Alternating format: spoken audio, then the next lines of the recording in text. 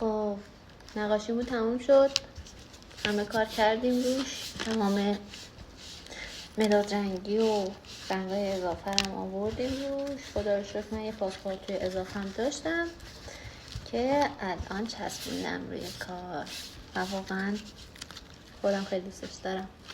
کارتون تموم شد.